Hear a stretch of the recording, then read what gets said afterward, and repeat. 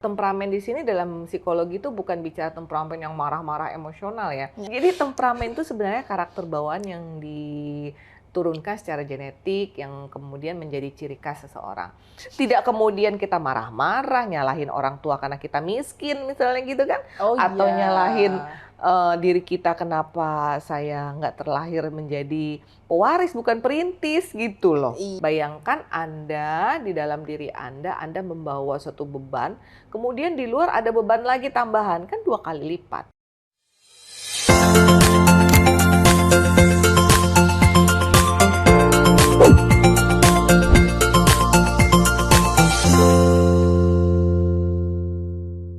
Welcome to Healing Sebelum Maghrib. Jangan tawa dulu, mau opening dulu. So, ini episode pertama kita di Healing Sebelum Maghrib spesial Ramadan. Dan disclaimer dulu, grogi dilihat.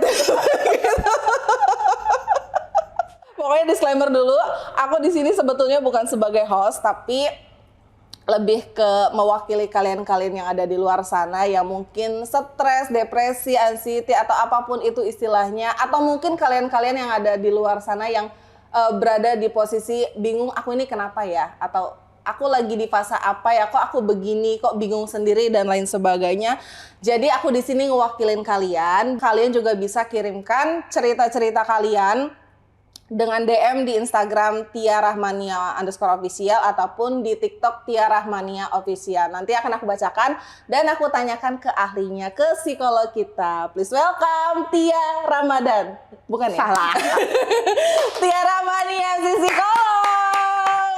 Give applause guys. Dan di episode kali ini kita akan membahas tentang sabar dan juga tentang apa kita bahas ya? Overthinking mungkin. Kita cek dulu ya guys. Oke. Ketebalan lipstick soalnya.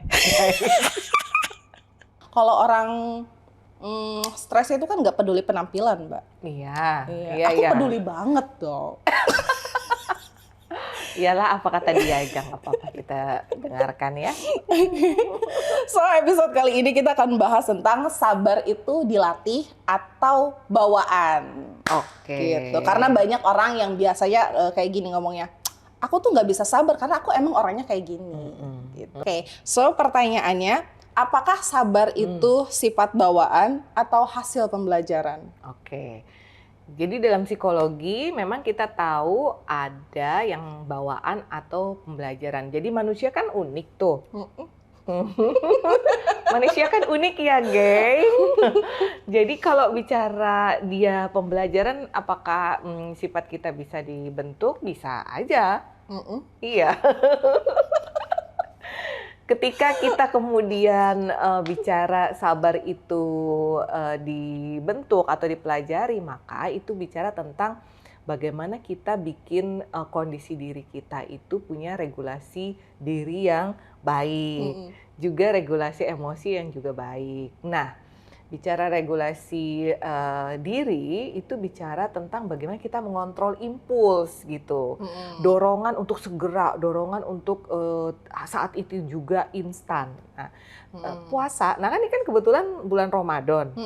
Puasa itu sebenarnya usaha yang didorongkan untuk manusia mengontrol dirinya, mengontrol impulsnya, which is itu sebenarnya adalah upaya untuk meregulasi diri. Oke. Dan dari banyak penelitian juga menunjukkan anak-anak yang bisa meregulasi dirinya, mengontrol impulsnya, ternyata punya potensi lebih besar untuk berprestasi ataupun juga punya potensi lebih besar menunjukkan perilaku-perilaku yang positif ke depannya gitu.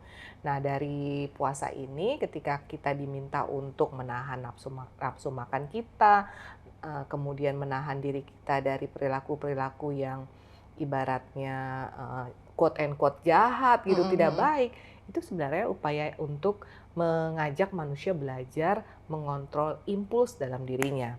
Nah, kemudian bicara perilaku yang sifatnya tadi impulsif gitu ya, ketika kemudian pikiran kita diajak untuk menunda perilaku gitu, dengan mengalihkan dalam bentuk-bentuk yang positif. Misalnya, oh kalau kita mau marah gitu ya, kita Hmm. marah, eee, langsung marah begitu saja, itu kan satu hal yang kurang tepat karena bisa aja marah itu nanti menghasilkan penyesalan. Ya. Nah, ketika kita mencoba untuk, dalam konteks, cognitive behavior atau behavior kognitif, maka kita diajak untuk berpikir dulu, berpikir panjang dulu, "Oh, ini sebenarnya satu hal yang saya bisa tahan kok," gitu. "Ini sebenarnya ada efek positifnya nih, atau saya perlu untuk melihat dari sisi yang lebih, positif gitu, bahwa hal ini mungkin adalah bla bla bla." Nah, penundaan itu menyebabkan kita kemudian tidak melakukan sesuatu yang akan disesali. Oh, oke. Sehingga yang tadinya emosional kemudian Mm-mm. diajak untuk lebih rasional dan menghasilkan Oke. perilaku yang mungkin lebih acceptable atau lebih adaptif gitu. Jadi sebenarnya apakah kesabaran itu bisa dipelajari?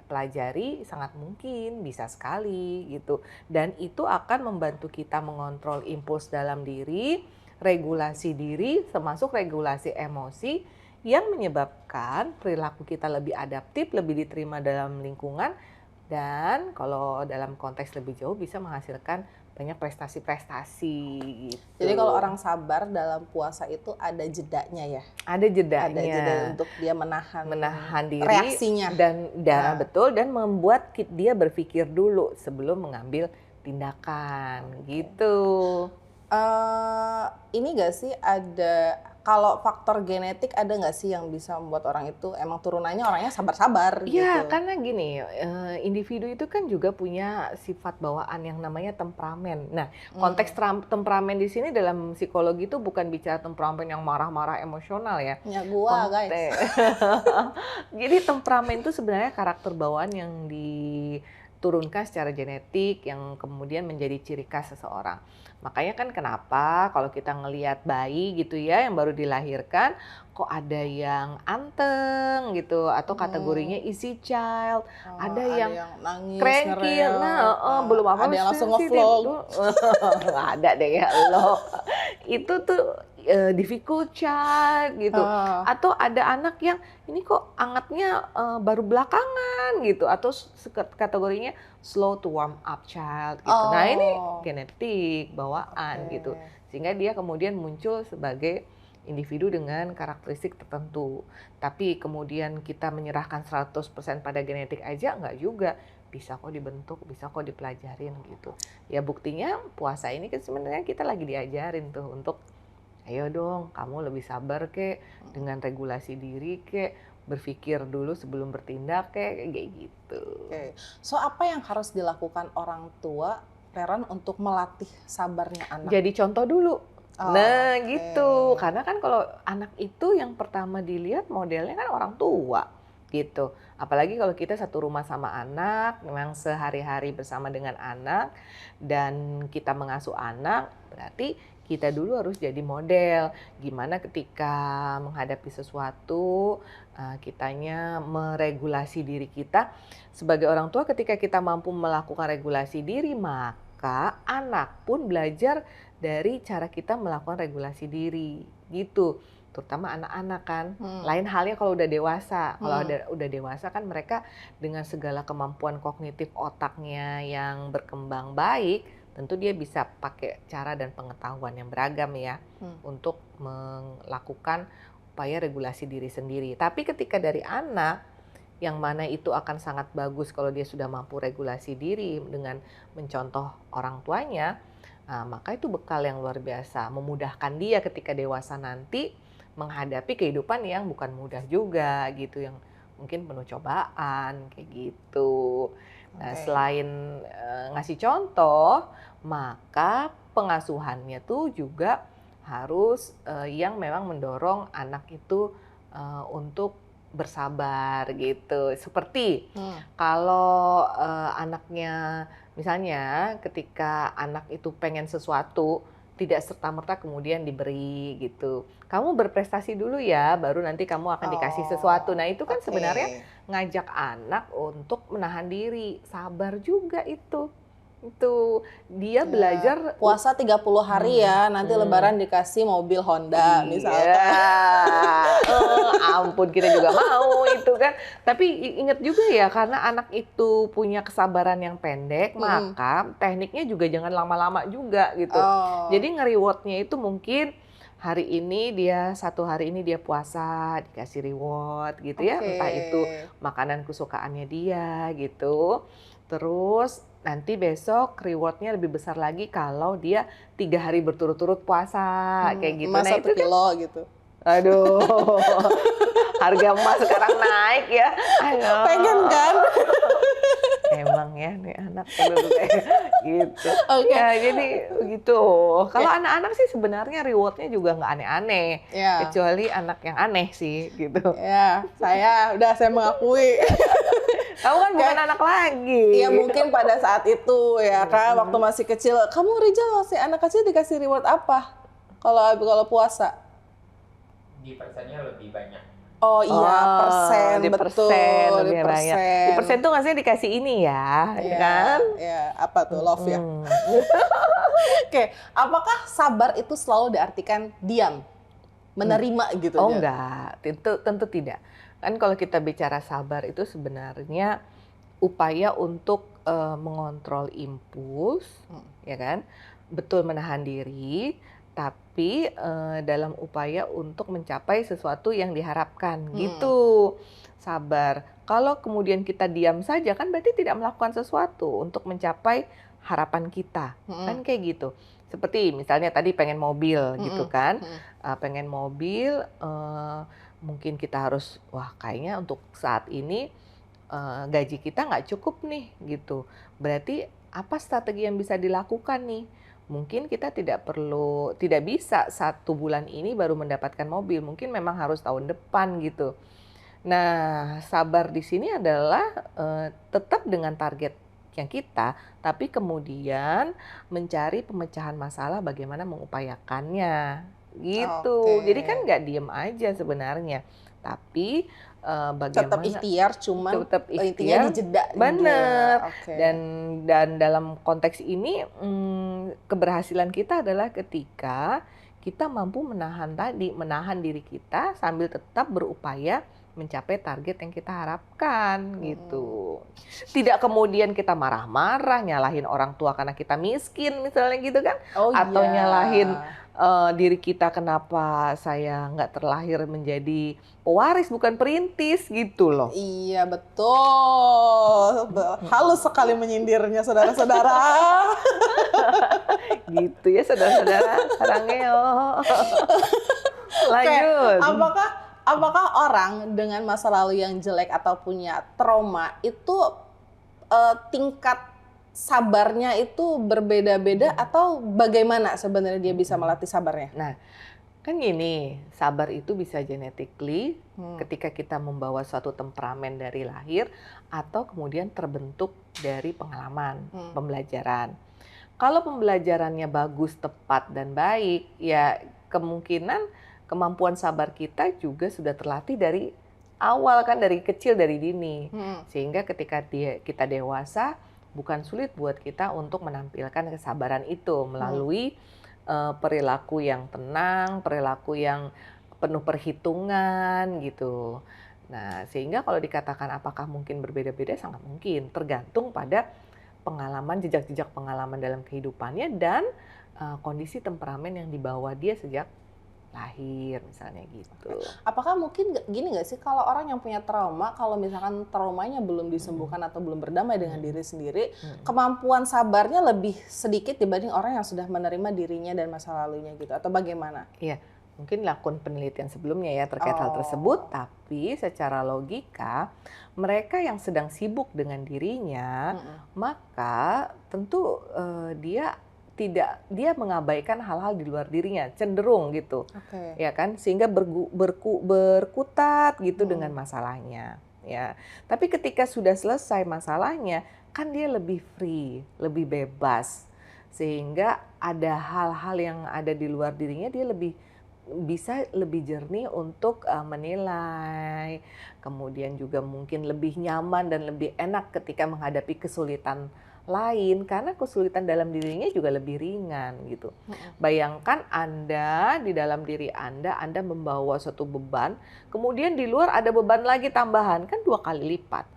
Ya, mereka yang belum selesai dengan masalah dalam dirinya berlipat-lipat bebannya. Ya toh? Sementara kalau yang sudah selesai dengan dirinya, dalam tubuhnya ringan. Sehingga ketika ada beban pun ke dalam dirinya tetap jauh lebih ringan dibandingkan yang masih punya beban atau masalah, ya kan, dalam dirinya I gitu. Itu see. logiknya tuh kayak gitu. Jadi lebih berat kan rasanya gitu. Oh iya, oke. Kalau tadi kita contohnya anak kecil, tapi kalau misalkan contohnya orang dewasa, karena tadi kalau sabar itu kan ada jeda ketika kita merasakan kepuasan tadi sampai ininya logika Perlu tadi. ada jeda untuk sampai kemudian dia meraih apa yang dia Dan selama jeda itu kan harapkan. itu yang disebut proses sabar kan, proses sabarnya itu. Sabarnya tuh di situ tuh. Iya, oke. Kemudian berarti latihan kalau kita yang sudah dewasa ini apa latihan-latihannya? Tetap berusaha tadi. Iya dong, karena kan gini, kalau kita bicara saat ini kita baru belajar sabar ya, maka tekniknya pun tentu bisa disesuaikan dengan diri kita. Yang tahu tuh sebenarnya kita sendiri nih misalnya ya. Saya sedang mencoba untuk sabar, tapi konteks sabar saya perlu jeda kecil-kecil dulu nih gitu misalnya. Saya pengen punya mobil misalnya kita tadi ya, contohnya mobil. Mobilnya ini oke, sekarang kita juga harus rasional. Dengan gaji kita sekian, mobil yang kira-kira bisa dicapai dalam 1 tahun tuh, dalam 1 tahun menyimpan gaji, saving money itu yang mana sih kan gitu. Nah itu kan juga satu bentuk kita diajar berlogika, rasional gitu, sehingga kita juga nggak frustrasi gitu. Nah setelah kita melakukan pertimbangan penilaian, maka disitulah kemudian kita berproses dengan misalnya saving money di jumlah tertentu gitu. Nah dalam proses bisa berhasil saving money-nya itu nggak ada salahnya kita jangan mempush diri kita terlalu keras. Misal harga mobil 150 juta. Terus kita juga perlu mereward kita dong diri kita. Kalau kita sudah saving money 50 juta, boleh dong agak jor-joran sedikit gitu ya. Makan banyak, reward ketika dikit. Jadi tetap perlu ada hadiah buat diri kita sendiri dalam pencapaian-pencapaian kecil sebelum nanti kemudian kita dapat pencapaian yang lebih besar itu gitu. Sehingga kita juga nggak terlalu keras sama diri kita. Perlu menyayangi diri kita dong gitu. Iya, Jadi kalau udah saving 50 juta ya bolehlah reward gitu, Aerox ya kan. Beli motor Honda Scoopy gitu. Iya. Selama itu logis ya, ingat ya, logika Jangan contoh ya. guys, ingat saya hanya mewakili kalian aja yang ada di rumah gitu. Itu. Oke, Yes. gini. Kan puasa tadi kita menahan makan, menahan nafsu, menahan untuk tidak impulsif, menahan lain sebagainya. Dan melatih logika kita. Iya ya gitu kan. Tapi sebelum puasa, kita kalau stres, kalau lagi mumet nih banyak beban pikiran, kita larinya kemana? Makan, nongkrong, nyanyi, scrolling, oh iya, kan oke. karaoke Iya. gitu dan lain sebagainya. Jadi kita pasti butuh distraksi itu kan. Sedangkan puasa itu nggak Selingan ada. ya. Kata siapa nggak ada? Ya kan sih kita siang nggak bisa makan Bu. Oh iya siang. Oh iya. Kalau puasa kita nggak bisa makan. Kalau lagi siang-siang kita lagi kesel banget di jalan kan. Atau lagi dapat sesuatu yang bad gitu kan, kita nggak bisa tiba-tiba pengen coklat gitu, pengen durian kan nggak bisa. Nggak bisa dong. Nah ya kan, artinya distraksinya nggak ada, ya kan? Selingannya nggak ada tuh ya. Iya betul. Pertanyaannya, ntar saya baca dulu. Jadi ketika distraksi itu nggak ada, mungkin nggak orang itu jadi cepat marah, oke. Dan ketika itu muncul, emosi itu muncul, yang tadi disalurkan ke ini, ketika emosi itu muncul, kita harusnya ngapain? Iya. Bagaimana kita ngapainnya itu tergantung dia ya. Maksudnya kita kan masing-masing punya gaya sendiri nih untuk mengalihkan entah itu kemarahan, entah itu ketidaknyamanan dalam hati kita gitu. Dan memang akan baik kalau kita bisa menemukan cara kita sendiri. Nah, tapi apakah kemudian kan pertanyaannya bisa marah nggak gitu toh? Iya. Ya bisa dong, bisa. Kan Karena nggak boleh marah puasa. Nah, masalahnya kan kemudian kita salurkan dalam bentuk yang lebih bisa diterima gitu. Oh, Jadi Sigmund Freud itu punya istilah defense mechanism. Apa sih satu bentuk upaya individu ya yang mana struktur manusia itu katanya tuh ada id, ego, superego, struktur kepribadian. Nah, ego yang ada di tengah-tengah ini menyeimbangkan id dan superego supaya dia bisa adaptif dengan lingkungan. Lalu lahirnya yang namanya defense mechanism. Misalnya membunuh kan nggak mungkin gitu, nggak boleh, nggak bisa diterima. Akibatnya apa? Akibatnya manusia itu kemudian untuk menyalurkan agresivitas membunuhnya, dia ikut bertinju, karate, boxing, segala macam. Lebih bisa diterima gitu.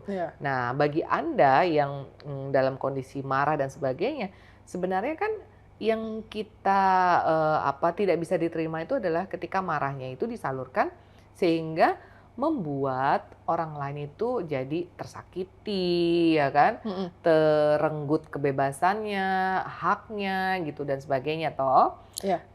Ketika kemudian marah kita itu disalurkan dalam bentuk misalnya olahraga, entah itu olahraga tinju, muay thai dan sebagainya, kan tidak merugikan yang lain, gitu. Kemudian dari situ dia lelah, dia rasanya lega, gitu. Ya kan? Ya, betul. Bentuk yang lain kan ada juga yang kemudian lebih memilih untuk merenung, membaca Al-Quran misalnya. Nah itu kan acceptable, lebih bisa diterima gitu dalam lingkungan dan tidak merugikan orang lain gitu. Ada yang teriak misalnya gitu, iya oke, sepanjang teriaknya tidak mengganggu orang-orang, dia mungkin teriak sambil nutup. Gitu. Itu juga agak ganggu ya. Ditutup bantal dia teriak gitu kan nggak dengerin, tapi kemudian hatinya puas gitu sehingga dia nggak perlu sampai marah-marahin orang di jalan, marahin adeknya, marahin mamanya gitu. Nah itu bentuknya. Dia mau marah gitu ya.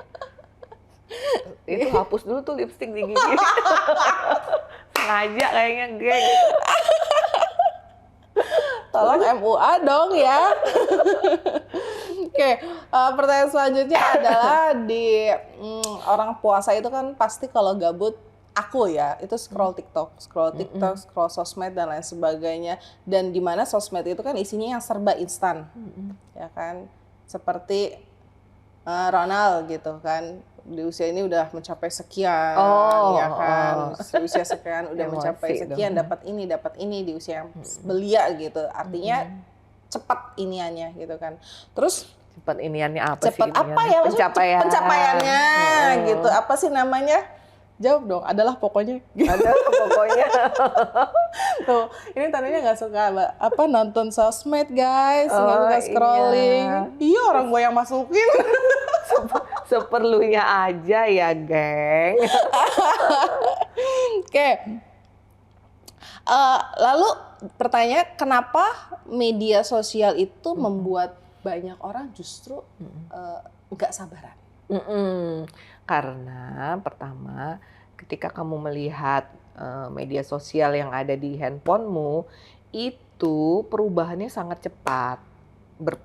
Kamu nggak suka, kamu bisa ganti, kan gitu. Udah gitu kumpulan warna, cahaya, sinar, itu sangat cepat gitu loh, sangat distraktif buat indera visual.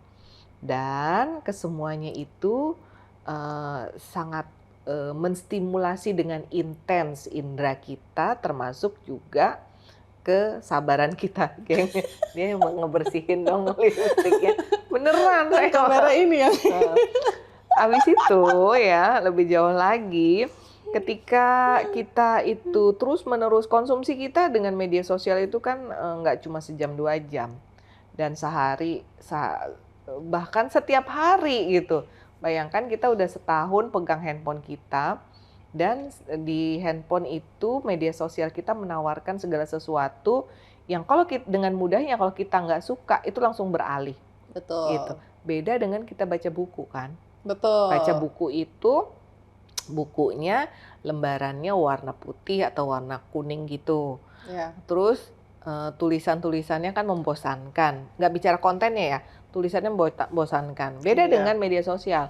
Ada warna-warninya, bisa bergerak pula, suaranya juga ada gitu. Sementara kalau buku ya cuma kertas, tulisan kata gitu.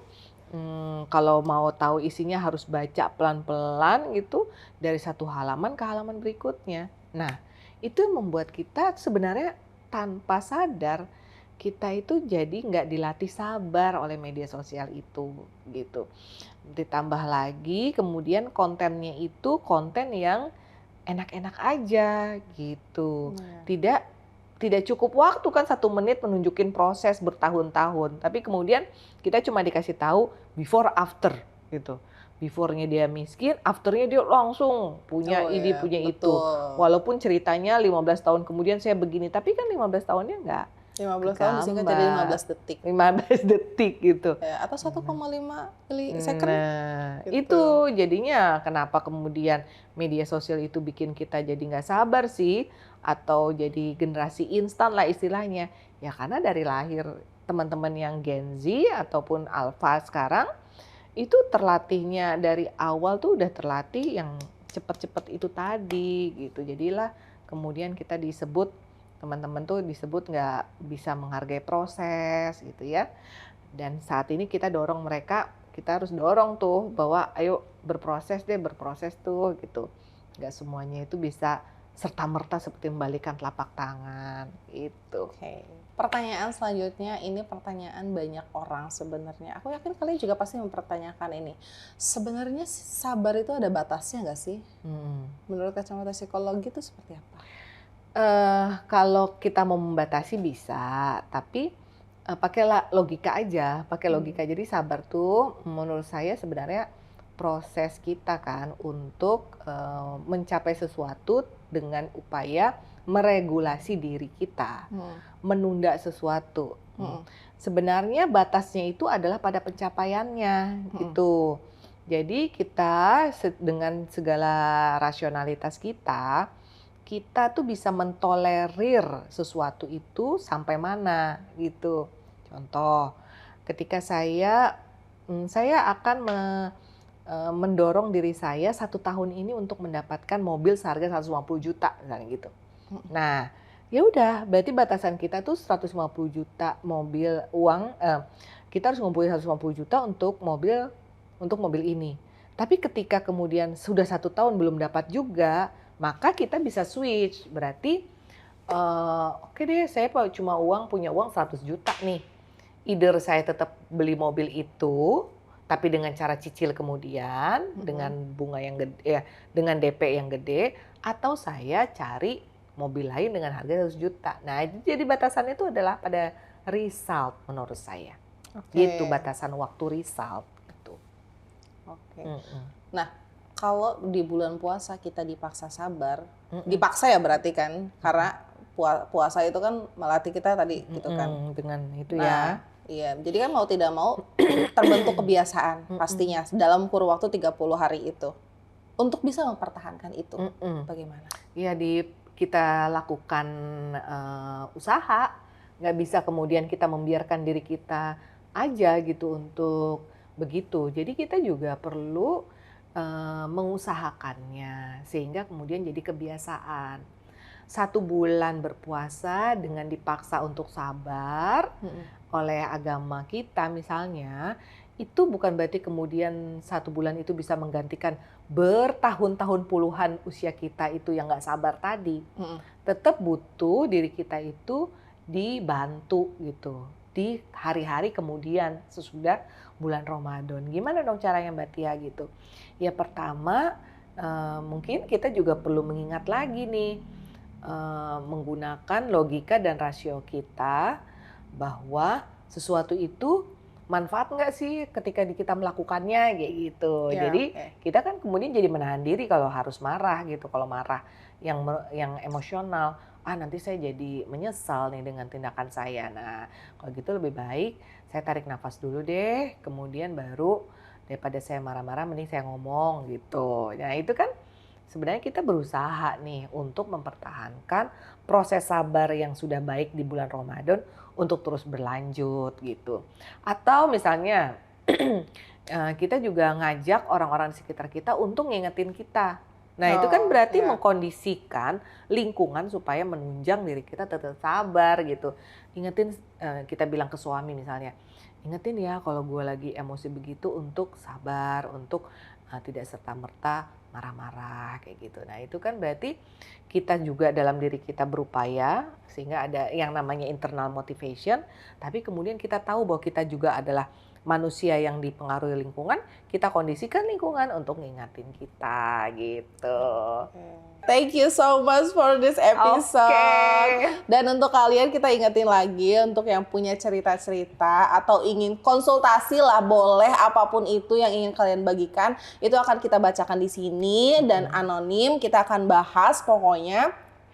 So pasti healing sebelum maghrib ini akan tayang di setiap jam 5 sore guys. Jam See you. 5. See you.